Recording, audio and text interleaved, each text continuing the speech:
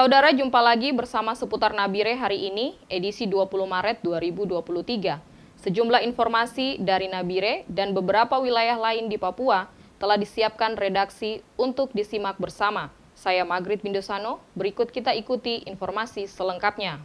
Walaupun berada di dalam lingkungan Rumah Sakit Umum Daerah Nabire, namun rumah dinas yang ditempati almarhumah Dr. Mawar dikelilingi semak belukar dan tidak memiliki penerangan yang memadai.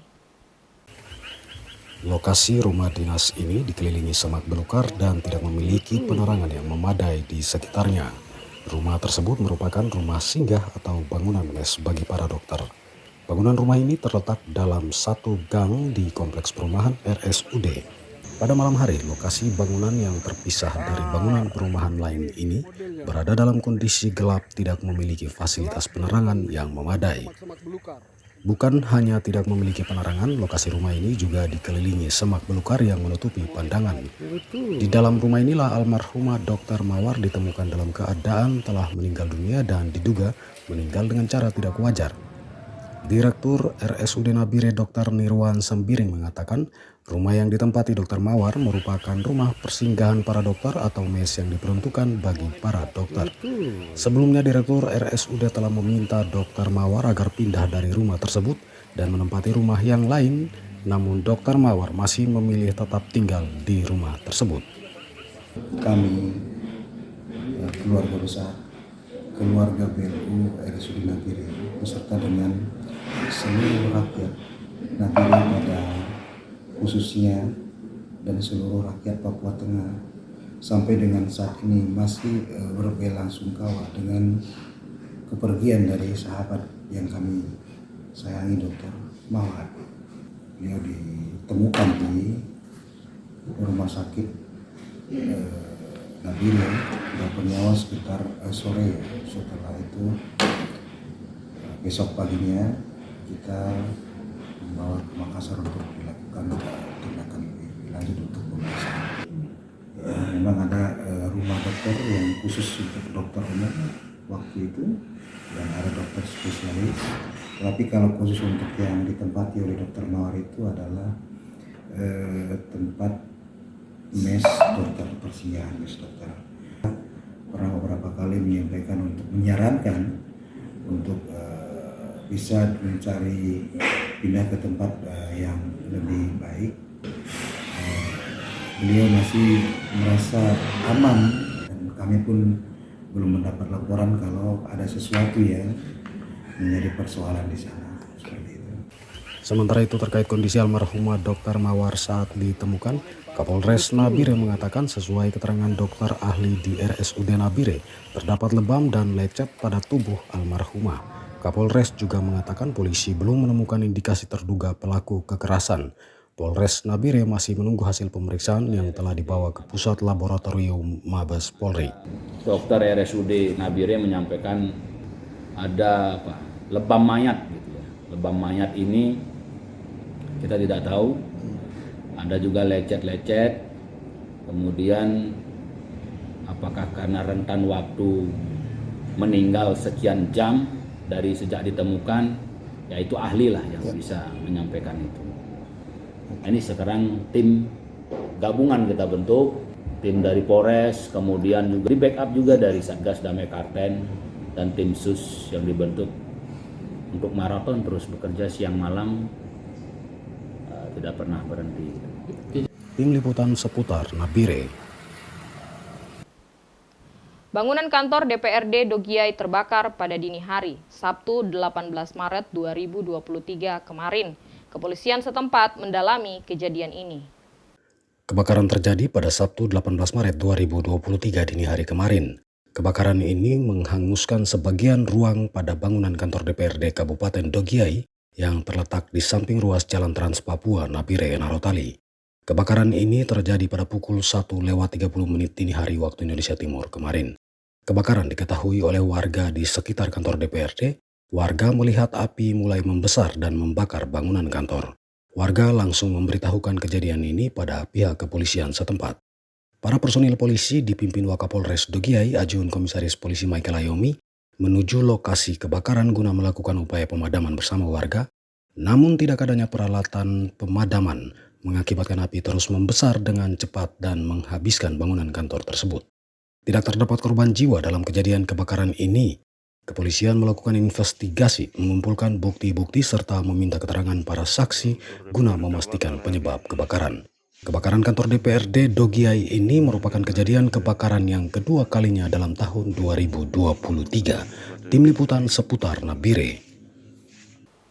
Masih di seputar informasi kebakaran, Saudara, Kepolisian di Yahukimo menangani kejadian terbakarnya bangunan SMP Negeri 2 DKI.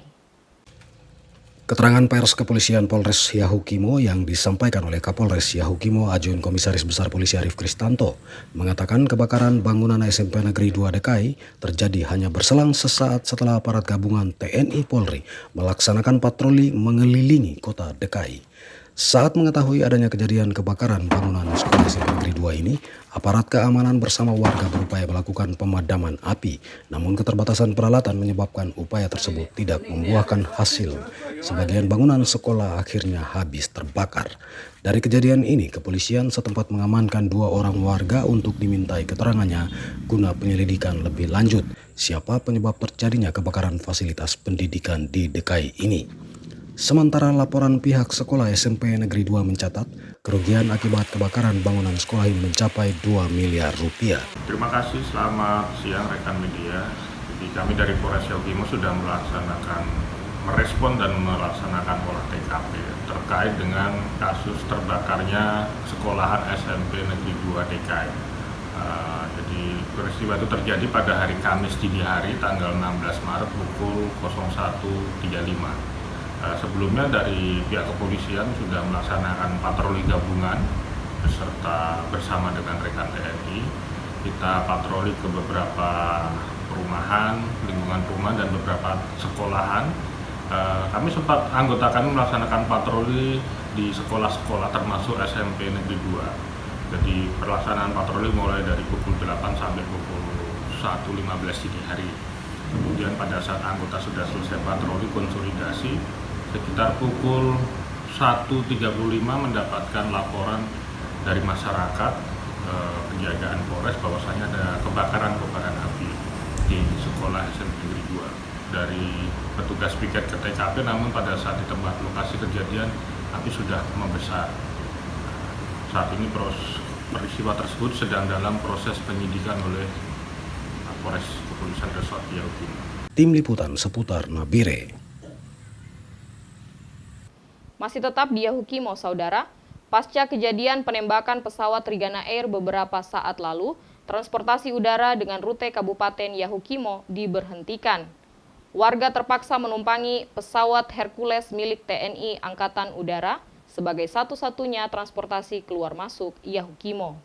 Diberhentikannya layanan penerbangan oleh maskapai penerbangan ke Kabupaten Yahukimo pasca kejadian penembakan pesawat Trigana Air mengakibatkan warga kesulitan. Warga terpaksa harus menggunakan pesawat Hercules milik TNI Angkatan Udara jika hendak bepergian keluar masuk Yahukimo. Seperti yang terjadi pada Kamis lalu 16 Maret 2023, sebanyak 261 orang warga di Yahukimo melakukan perjalanan ke Jayapura menggunakan pesawat udara Hercules A1315 tipe C130 milik TNI Angkatan Udara. Tidak beroperasinya pesawat komersil pasca rentetan kejadian di Yahukimo mengakibatkan warga kesulitan menyelesaikan berbagai urusan di luar Yahukimo karena tidak adanya transportasi. Kondisi ini dibenarkan Kabid Humas Polda Papua Komisaris Besar Polisi Ignatius Beniadi Prabowo dalam keterangan persnya. Sementara terkait persoalan keamanan pasca sejumlah kejadian di Yahukimo, Kepolisian Daerah Papua menambahkan 40 orang personil BRIMOB dan 20 orang personil TNI guna membantu Polres Yahukimo dalam upaya pemulihan Kamtibmas. Tim Liputan seputar Nabire. Saudara, kita ke Nabire. Beberapa hari lalu beredar sebuah video di jagat dunia maya Nabire. Video tersebut menunjukkan seorang wanita sedang mengeluh karena saat berobat di RSUD, dirinya harus membeli obat sesuai resep dokter di luar rumah sakit dengan harga yang mahal. Video yang sempat viral ini akhirnya diklarifikasi oleh pihak RSUD Nabire. Diketahui wanita dalam video yang beredar tersebut bernama Elina Labene. Dalam video ini, Elina Labene mengungkapkan keberatan dan tidak puas karena saat berobat dirinya terpaksa harus keluar dari rumah sakit umum guna mencari dan membeli obat sesuai resep dokter dengan harga yang mahal. Hal ini dikarenakan rumah sakit tidak memiliki stok obat yang dibutuhkan oleh Elina sesuai resep dokter.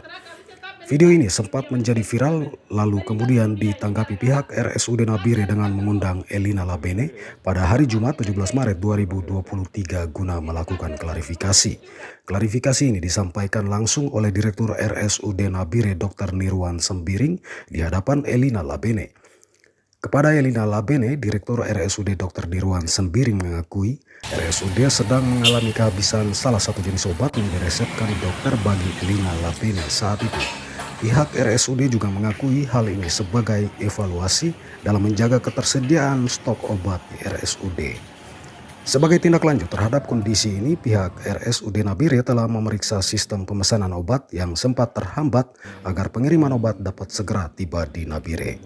Sudah diklarifikasi bahwa memang ada salah satu obat yang dikasih resep oleh salah satu dokter yang melakukan pelayanan tidak ada di rumah sakit. Makanya kita resepkan. Nah, dari situ memang kemarin itu sebenarnya respon beliau itu lebih ke empati, lebih ke empati. Tapi memang keadaan seperti itu. Jadi untuk masalah video viral sudah clear, sudah diselesaikan, sudah dijawab langsung juga oleh direktur. Dan untuk tindak lanjutnya pihak rumah sakit RSUD Nabire akan terus berusaha untuk menjaga stok dan ketersediaan obat. Mudah-mudahan kita minta doanya daripada masyarakat juga semua, dari pihak pendukung sama obatnya juga. Sekarang lagi proses untuk pemesanan ke sana karena kemarin sempat terkendala dengan sistemnya, servernya. Seperti itu. Tapi untuk sistem kemarin sudah coba diakses, sudah bisa kembali lagi untuk proses pengiriman. Tim Liputan seputar Nabire. Demikian seputar Nabire hari ini edisi 20 Maret 2023. Tetap bersama kami untuk mengikuti informasi lainnya dan jangan lupa Anda dapat mengakses berita-berita seputar Nabire melalui link www.facebook.com berita seputar Nabire, atau dapat juga melalui link YouTube @seputarnabire. Saya Magrit Bindosano beserta kru yang bertugas mengucapkan terima kasih atas kebersamaan Anda dan sampai jumpa.